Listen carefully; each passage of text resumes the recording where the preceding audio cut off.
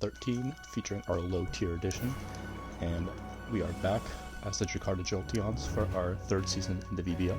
So we are looking forward to potentially having another strong playoff push as we did in the last couple seasons, and hopefully bring back another chip to JKJ.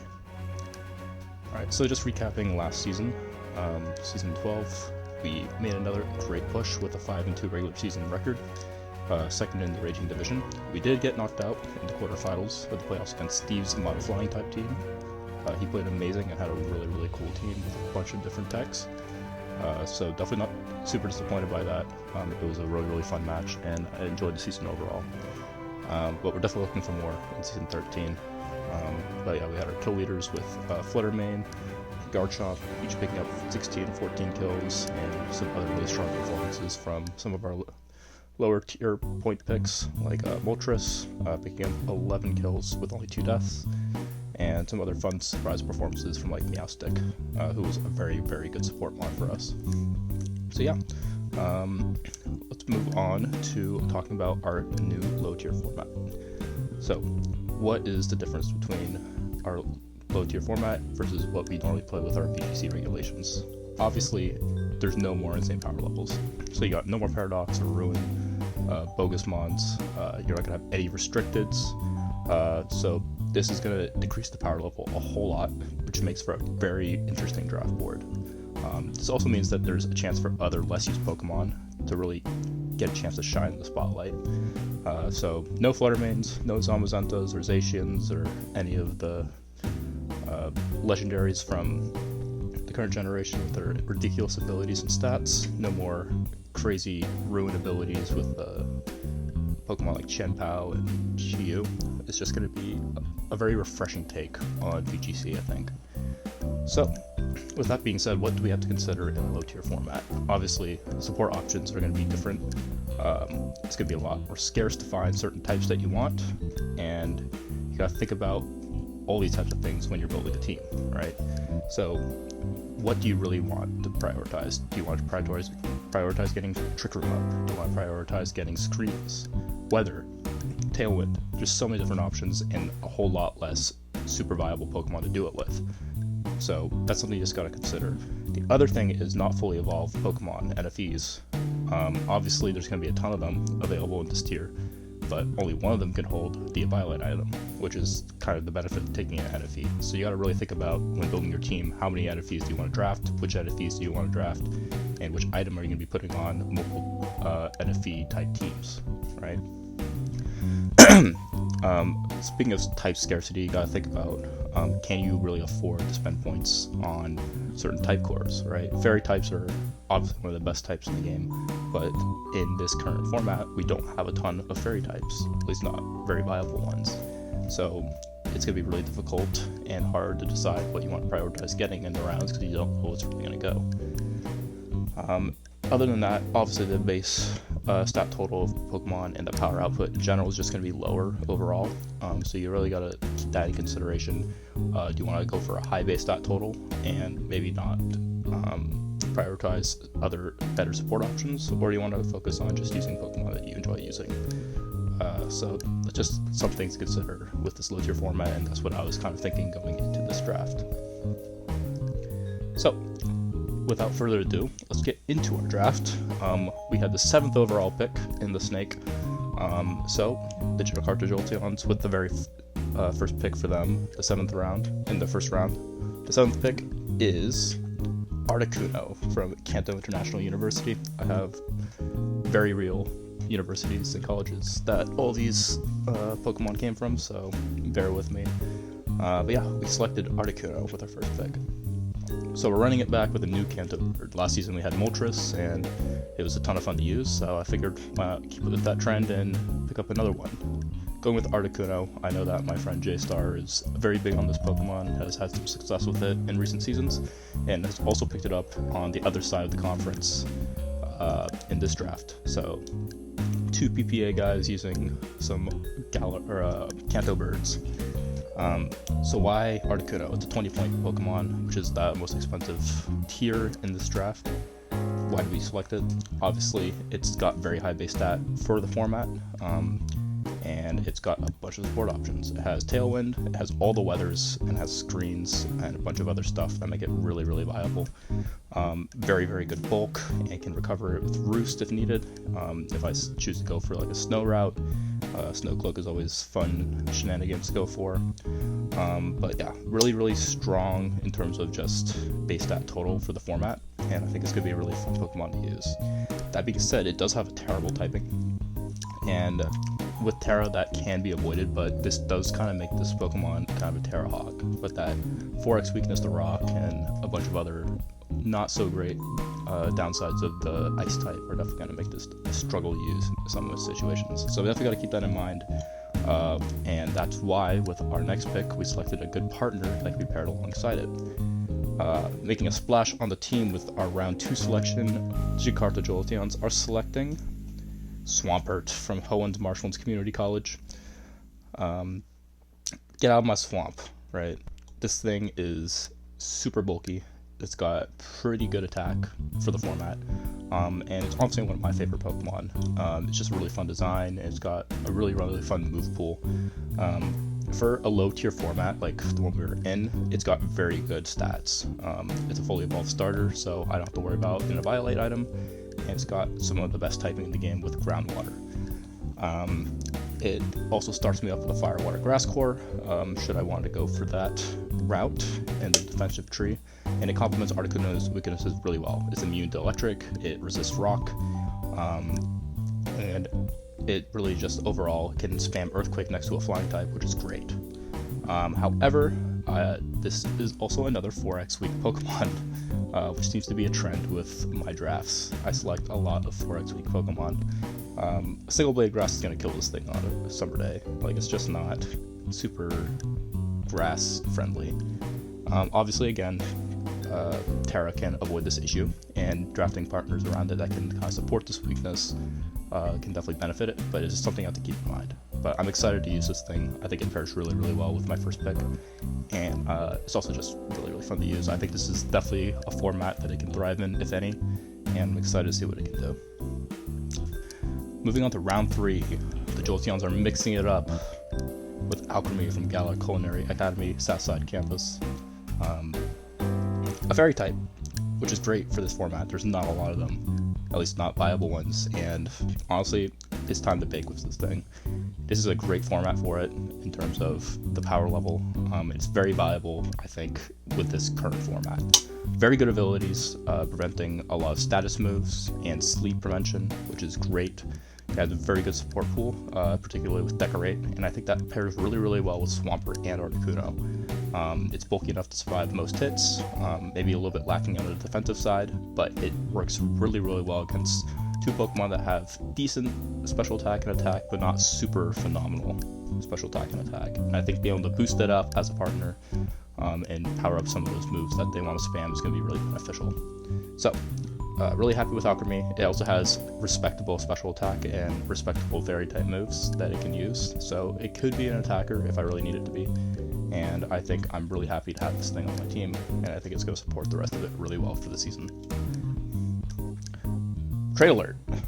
We have made another trade. It wouldn't be a Red Jolteon draft in VBL if I wasn't trading away ridiculous amounts of picks to move up to draft Pokemon that I want. Call it anti-competitive, call it crazy, whatever you want. I was happy with the move. Tux was happy with the move, so we are trading with the Toronto Maple Leavannies in order to get 2 picks in the next round of the draft. So we are trading away picks 54 and 107, or 71 and 90, and Tux is trading 54 and 107, which allows both sides to closely receive back-to-back picks at different points in the draft. So for Tux, he wanted to guarantee a certain combo later down the board, and I was one of the partners that was willing to make this trade happen. So he gets 54, or I get 54, 58, 107, 103, which are close together, while he gets 71, 75, 86, and 90. So obviously I have a long time to wait between picks, but I do get 2 picks right here in round 4. And then I'll have to wait again until round 7 in order to make my next pick. So definitely kind of a downside in the middle of the draft, looking at a bunch of Pokemon leave, but I figured if I could get 2 Pokemon that I really, really wanted earlier up on the board, I could worry about filling out the rest of my team a little bit later. And in a way, I think this worked out really, really well for me because it allowed me to select our mascot down the board in round 4 at pick 54. We are welcoming home with thunderous applause our own mascot, Jolteon, Vermilion City College of Electrical Engineering, my favorite Pokemon, and the mascot of our team. So we are returning Jolteon to its rightful home. High speed is the main thing that you want to draw from this Pokemon. 130 base speed is insanely fast, and it can really take advantage of that with some really good support moves. It partners really well next to Swampert and Articuno. I misspelled Discharge, but that does pair really well next to Swampert, and I also have Volt Absorb to avoid electric type attacks, which pairs really well against Articuno. It has Electro Red speed control, it has a bunch of other support moves that work really well, so I'm really happy with this pick. And it's just a cool mon in general. I mean, look at this thing. This art is great. It's just a ton of fun. I'm really happy with it, and I'm excited to use it this season. Moving on to pick 58 in round 4, we're having some more fun times in the rain with Ludicolo from Meowfall's Academy of Performing Arts. It's a dancer. It's wet, it's green, we're dancing around for the win, we're having some fun. Ludicolo, really good in rain modes. It's actually had some very solid success in past generations as a rain mode option. It's a really solid typing that pairs well with our team, kind of filling out our water grass core. It gets fake out support, which is always a good thing, and has some solid moves to work around.